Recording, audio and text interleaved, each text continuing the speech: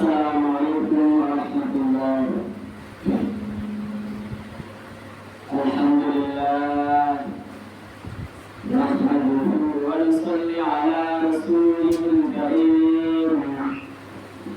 أما بعد فأعوذ بالله من الشيطان الرجيم. بسم الله الرحمن الرحيم.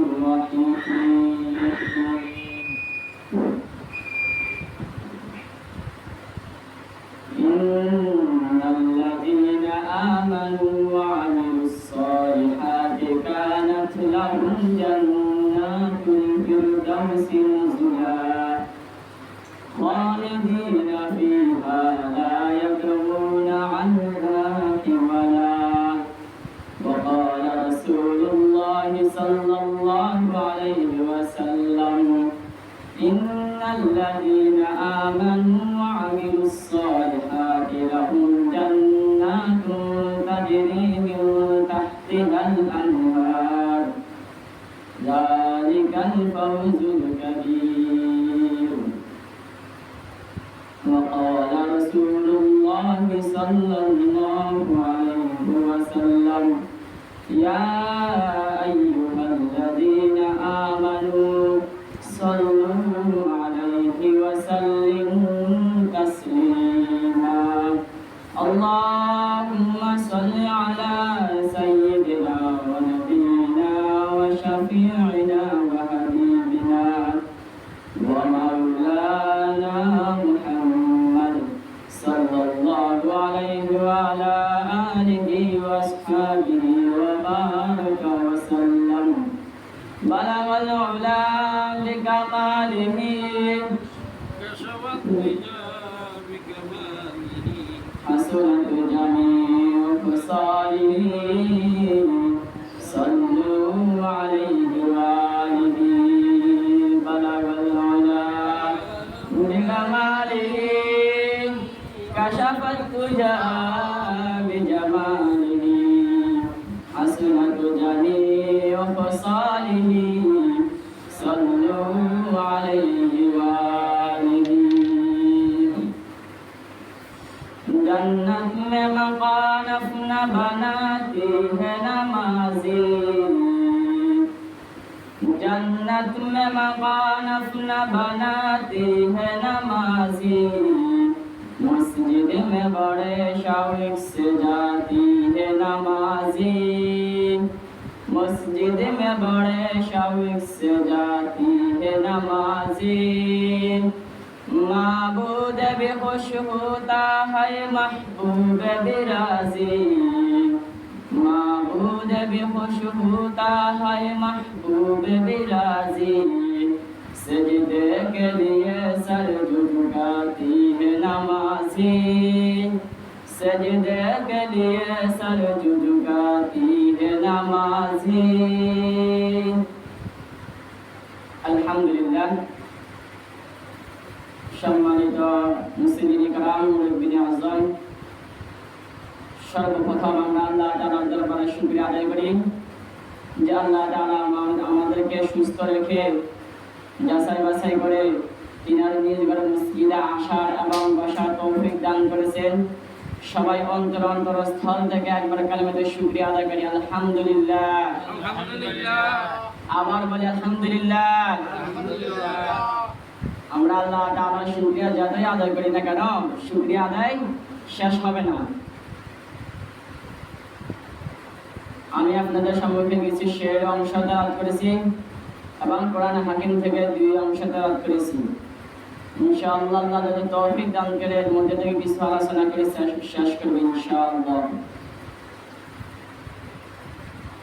সর্বপ্রথম আমরা মারা যাওয়ার পর আমাদের কবর হিসেবে কি নামাজ কিলো নামাজ। আল্লাহ তাআলা কোরআনের মধ্যে শের মধ্যে বলতেছেন जन्नत में मकान अपना बनाती है नमाजी। কোন নামাজি ব্যক্তিরা জান্নাতে ঘর বানায় নামাজের ভিতরে। নামাজি ব্যক্তিরা নামাজের ভিতরে কি বানায়? কোথায় বানায়? জান্নাতে। কোথায় ঘর বানায়? জান্নাত। কোন নামাজি ব্যক্তিরা জান্নাতে ঘর বানা নামাজের ভিতরে।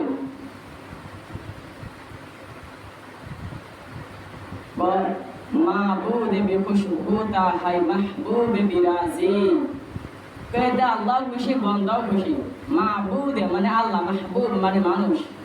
বা আল্লাহ খুশি বান্দাও খুশি।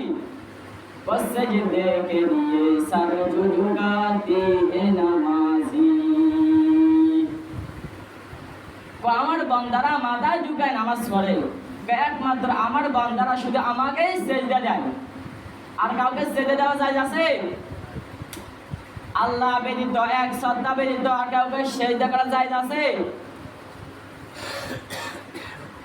যে আল্লাহ ব্যতীত অন্য কাউকে সেজদা করে সে কি হয়ে যায়? কুফরি হয়ে যায়। সে কি হয়ে যায়? এখানে বলতেছে নামাজি ব্যক্তিরা। নামাজি ব্যক্তি কারা? বলতেছেন নামাজের ভিতরে জান্নাতের ঘর বানাই। এই ঘরটা বানাবে তা কারা?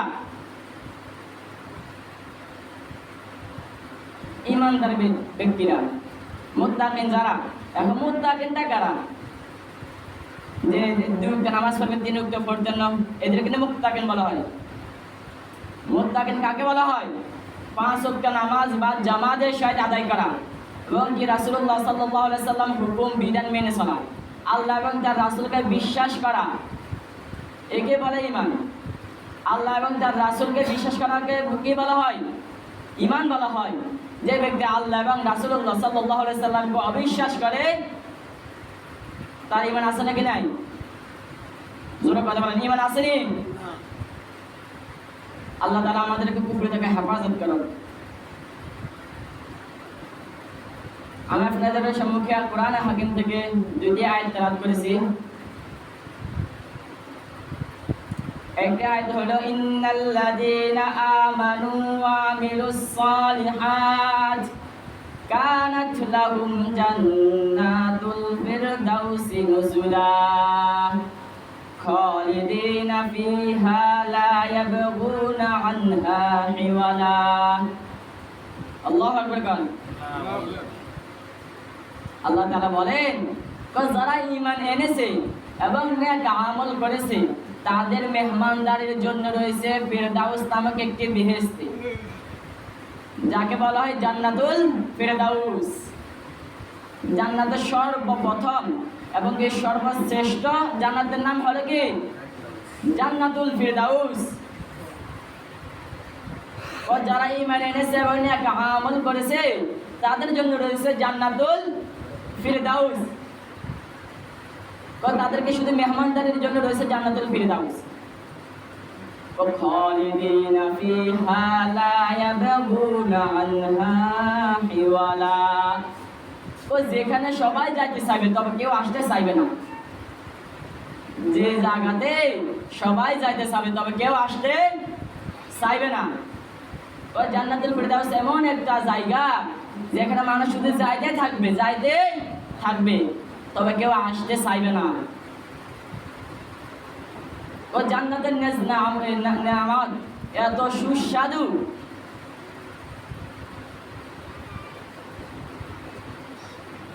যখন বান্দারা জান্নাতের দিকে যাবে, নামাজি ব্যক্তিরা যখন জান্নাতুল ফিরদাউসের দিকে সবাই যাইতে থাকবে তখন জাহান্নামীরা দেখতে থাকবে।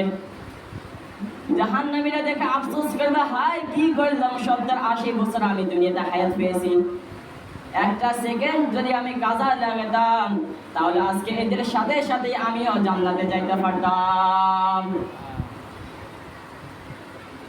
তখন আফসোস করে কোনো লাভ হবে না। আফসোস করে লাভ হবে? এক ব্যক্তি বলে, আল্লাহ আমি অনেক গুনাহ করেছি, আমি বুঝতে পারি না, আমার ধন সম্পদ কোনো কিছু কমতি ছিল না, আমাকে আপনি আরেকবার দুনিয়াতে ফাটার সুযোগ করে দেন, আমাকে দুনিয়াতে আরেকবার ফাটানোর সুযোগ করিয়ে দেন। আল্লাহ বলে, তোমাকে আমি 70-80-90-100 বছর হায়াত দান করেছি, তার ভিতরে তুমি কিছু করতে পারো না, আর তোমাকে এখন অল্প সময় হায়াত দিয়ে তুমি কি করতে পারবে? এর মধ্যে অল্প সময় দিলে তুমি কি করতে পারবে? দুনিয়াতে যাইতে আমাকে ভুলে যাবা। দুনিয়ার নাচ আমার দেখে আমরা আল্লাহ তাআলাকে ভুলে যাই।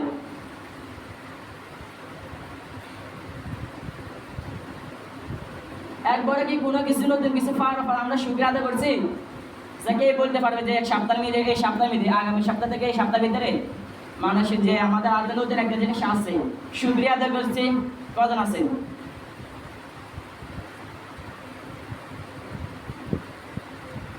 আল্লাহ তাআলা বলেন লা ইন শাকারতুম লা আযীদান্নাকুম ওয়া লা ইন কাফারতুম ইন্না আযাবি লাশাদীদ। কই যে আমার নিয়ামত পাইয়ে শুকরিয়া আদায় করে আমি তাকে আরো বাড়িয়ে দিই, আর যে আমার নিয়ামত পাইয়ে শুকরিয়া আদায় করে না তার থেকে আমি ছিনিয়ে নিই এবং তাকে কঠিন আযাবের মধ্যে নিক্ষেপ করি। কঠিন আযাবের মধ্যে কি করি? নিক্ষেপ করি।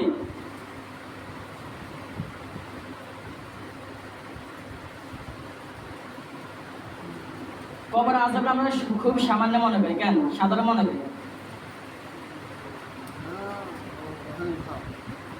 এক উক্ত নামাজ খুবাইলে কয় হাজার বছর জাহান্নামে জ্বলতে জানেন? আমরা এক উক্ত পড়ি, তিন উক্ত পড়ি না, চার উক্ত পড়ি, ছয় উক্ত পড়ি না। নামাজের আমরা খেলামেলা মনে করছি। এই নামাজ তো হলো বেহেশতের চাবি, আর আমরা সেই চাবিটা যদি না নিতে পারি তাহলে আমরা হাসর মাঝের কোনো জবাব দিতে পারবো? জবাব দিতে পারবো না।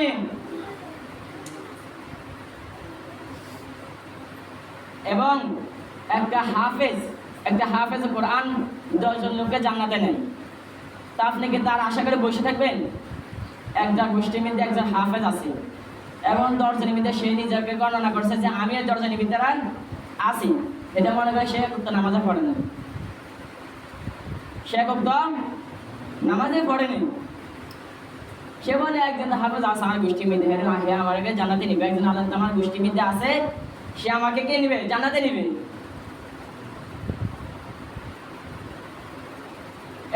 এটা সত্যি যে আল্লাহ তাআলা বলছেন একটা হাফেজ 10 জন লোককে জান্নাতে দিতে পারবে, আর একজন আলেম হাজার হাজার মানুষকে জান্নাতে দিতে পারবে।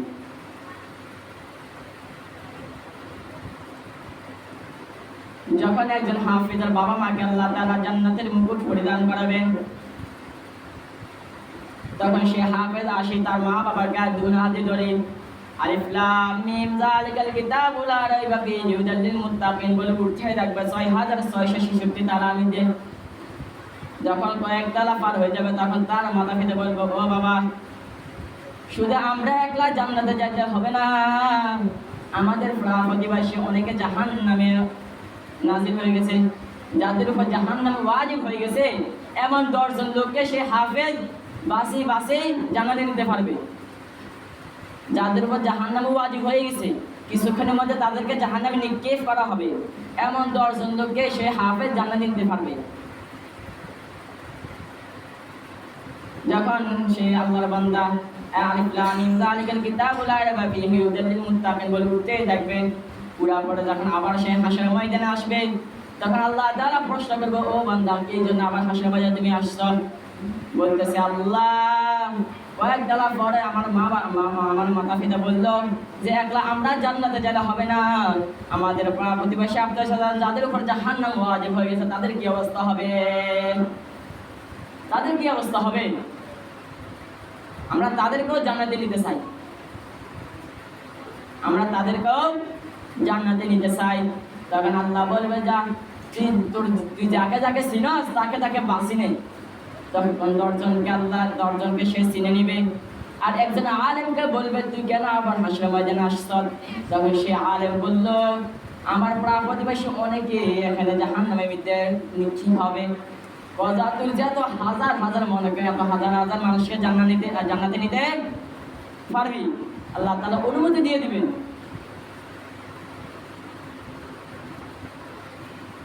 আর যারা জাহান্নামে জ্বলবে তারা বলবে, হে আল্লাহ, আমাদেরকে আর একটা সুযোগ দেন, আমরা দুনিয়াতে ভালো কাজ করে আবার ফিরে আসবো,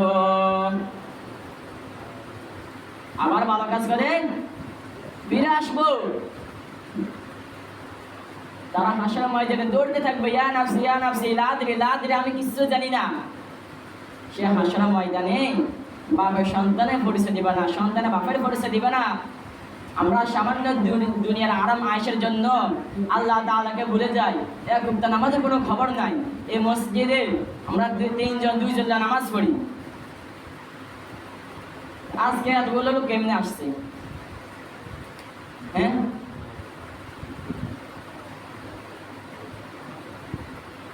মুসলমানদের জন্য কি শুধু শুক্রবারে নামাজ?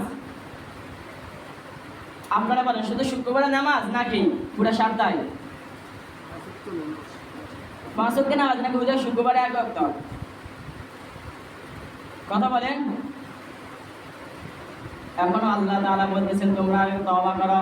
وقل يا عبادي الذين أسرفوا على أنفسهم لا تقنطوا من رحمة الله إن الله يغفر الذنوب جميعا إنه هو الغفور الرحيم سبحان الله قال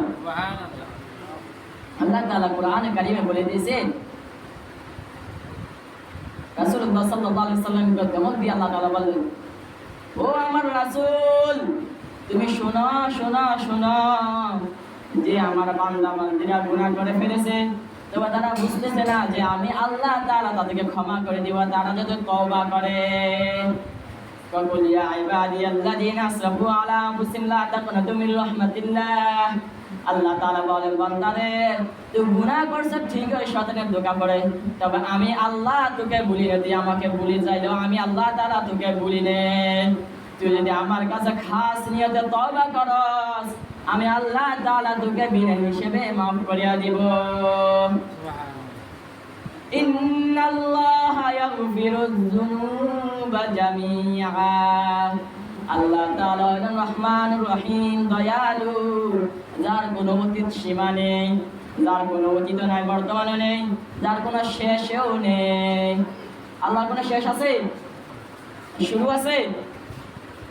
আল্লাহর উপরে নিচে কেউ আছে?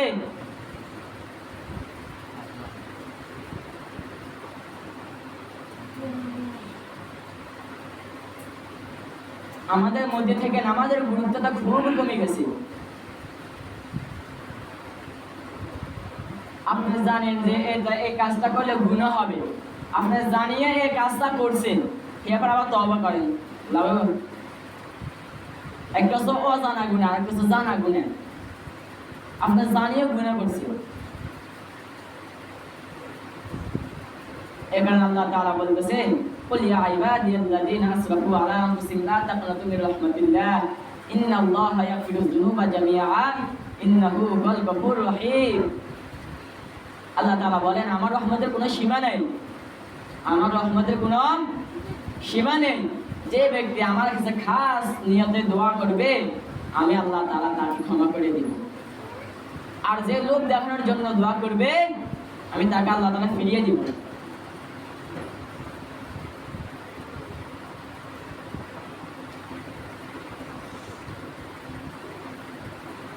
এই নামাজ নিয়ে অনেক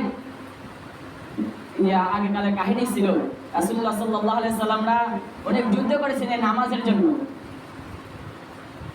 মানুষকে দ্বীনের পথে আনার জন্য রাসূলুল্লাহ সাল্লাল্লাহু আলাইহি সাল্লাম অনেক যুদ্ধ করেছেন এবং তার সাহাবীগণ অনেক যুদ্ধ করেছেন শুধু এই নামাজটা পাওয়ার জন্য, এই নামাজটা টিকে রাখার জন্য।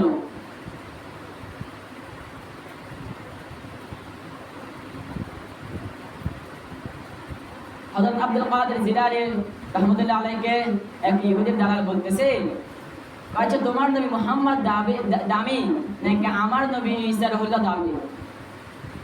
কে বলতেছে? এক ইহুদি দালাল সে রাসূলুল্লাহ আব্দুল কাদের জিলানীকে প্রশ্ন করলো যে তোমার নবী মুহাম্মদ শ্রেষ্ঠ নাকি আমার নবী ঈসা রাহুল্লাহ শ্রেষ্ঠ? তখন সে আব্দুল কাদের জিলানী বলতেছে তোর নবীর কথার দ্বারাতে বুঝা গেল যে আমার নবী শ্রেষ্ঠ। তোর নবী আল্লাহ তাআলার কাছে দোয়া করছে, আল্লাহ আমাকে নবী না বানাইয়া শেষ নবীর উম্মত বানাইলে আমি কি খুশি হইতাম, আমাকে নবী না বানাইয়া শেষ নবীর উম্মত বানাইলে কি হইতাম? খুশি হইতাম। এই কথার দ্বারা তো তোর নবীর থেকে আমার নবী শ্রেষ্ঠ বেশি।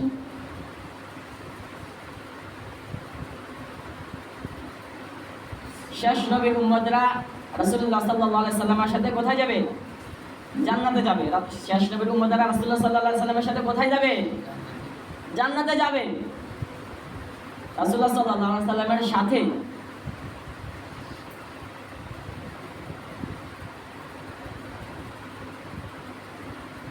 তখন সে আব্দুল কাদের জিলানীকে বলতেছে, সেই দালাল বলতেছে, আমার নবীর তো 3টা গুণ আছিল, তোমার নবীর কি সেগুলো আছে? তো কি কি? আমার নবী তো মৃত মানুষকে জীবিত করতে পারে, এবং অন্ধকারীদের চোখ প্রদান করতে পারে, এবং একটা রোগ আছে না সাদা সাদা হয়ে থেকে আমার নবী ধরলে স্পষ্ট করলে সেটা ভালো হয়ে যায়। পর ঠিক আছে, তোর নবী যেগুলো করতো এগুলো আমি আজকে করে দেখাই দিব, আমি সেগুলো আজকে করে দেখাই দিব। তখন সে একটা কবরের পাশে লয়ে গেছে, কবরের পাশে নেওয়ার পরে সে 50,000 বছর আগের কবর পাশে লয়ে গেছে। নিয়ে যাওয়ার পরে বলতেছে, সাই এই কবরটাকে তুমি চিন্তা করো। তখন সে আব্দুল কাদের জিলানী রাহমাতুল্লাহি আলাইহি মুখের মধ্যে একটা ঘন্টা দিয়ে, ওকুম বিইজনিল্লাহ, তুমি আমার নামে জিন্দা হও, তুমি আমার নামে জিন্দা হও। কে বলতেছে? আব্দুল কাদের জিলানী মুখের ভিতরে সে রুমালটা দিয়ে বলতেছে, কুম বিইজনিল্লাহ, তুমি আমার নামে জিন্দা হও। সাথে সাথে সেই বৃদ্ধতা উঠে গেছে, সে কবরের মৃতটাকে দাঁড়িয়ে গেছে। তখন সেই ইহুদিদের আশ্চর্য হয়ে গেল। সে এটা দেখে সে সাথে সাথে মুসলমানের নামে গ্রহণ করলো, সে সাথে সাথে ঈমান গ্রহণ করলো, ইসলাম গ্রহণ করলো।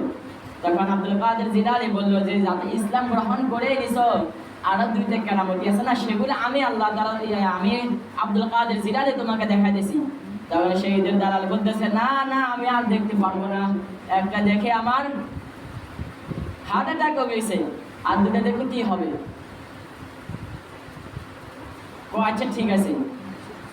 ও আচ্ছা, তোমার নবী ঈসা রাহুল্লাহ বলতেছে কুম বিইজনিল্লাহ, আল্লাহর নামে জিন্দা হও, আর আমি তো বলছি কুম বিইজনিল্লাহ, আমার নামে জিন্দা হও। এর মানে কি বুঝছো? না, যখন তুমি কথাগুলো বলতেছো তখন আমি ছিলাম ইমানে খেয়ালে, যখন তুমি আমাকে কথাগুলো বলতেছো তখন আমি ছিলাম ইমানে খেয়ালে, আর যখন আমি তাকে বললাম কুম বিইজনিল্লাহ, তখন আমি যখন মাথায় ভিতরে রুমালটা দিলাম তখন আমার ভিতরে স্বয়ং আল্লাহ প্রবেশ করিয়েছেন। তখন আমি আব্দুল কাদের জিলানী ছিলাম না, আমার ভিতরে আল্লাহ প্রবেশ করিয়ে বলতেছে, কুম বিইজনিল্লাহ, তুমি আমার নামে জিন্দা হও। কে বলতেছে? আব্দুল কাদের জিলানী। যখন আমি বললাম কুম বিইজনিল্লাহ, তুমি আমার নামে জিন্দা হও, তখন আমি আমার জায়গা ছিলাম না, আমার রূহটা বের হয়ে গেছে, আমার দেহটা ছিল, আমার দেহের ভিতরে আল্লাহ তাআলা প্রবেশ করে বলতেছে, কুম বিইজনিল্লাহ, তুমি আমার নামে জিন্দা হও।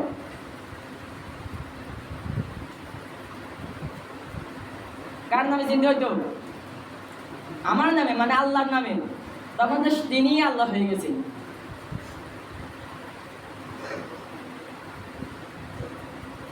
আমার মূল আলোচ্য বিষয় হচ্ছে যে নামাজ সম্পর্কে। আমাদের মাঝ থেকে নামাজের গুরুত্ব খুবই কমে গেছে। আর একটা আপনাদেরকে নসিহত দিয়ে যাই যে আজকে কি বার? শুক্রবার। আজকে কি বার? গরিবের হজের দিন। কি দিন? গরিবের হজের দিন। এই দিনে যদি আসরের নামাজের পরে কেউ যদি সাল্লাল্লাহু আলাইহি সাল্লাম 80 বার পড়ে যদি আল্লাহ তাআলার কাছে যদি দোয়া করে, আল্লাহ তাআলা স্বয়ং তার দোয়ার সাথে সাথে কবুল করে নিয়ে যে সে যেটা চাইবে তাকে সেটাই দিবে আল্লাহ তাআলা। কি বলছি? শুক্রবার জুমার দিন আসরের নামাজের পর যে ব্যক্তি সাল্লাল্লাহু আলাইহি সাল্লাম 80 বার পড়বে, কয়বার? 80 বার পড়ি আল্লাহ তাআলার কাছে দোয়া করবে, তখন সে যেটাই চাইবে আল্লাহ তাআলার দরবারে সেটাই পাবে। আপনার অভাব অনটন আছে, দোয়া করবেন, আল্লাহ তাআলা সমাধান করে দেবেন। আপনার ঘর বাড়ি নাই, দোয়া করবেন, আল্লাহ তাআলা ঘর বাড়ির ব্যবস্থা করে দেবেন। রিজিকের কমতি আছে, রিজিক চাইবেন আল্লাহ তাআলার দরবারে, আল্লাহ তাআলা রিজিক অভাব অনটন দূর করিয়ে দিবেন। এর আমরা সবাই করবো নি যে যেখানে নামাজ পড়েন না কেন, আজকে জুমার দিন সবাই আল্লাহকে সাক্ষী দেখি বলেন আজকে থেকে সবাই হাত উঠে আল্লাহকে সাক্ষী করা।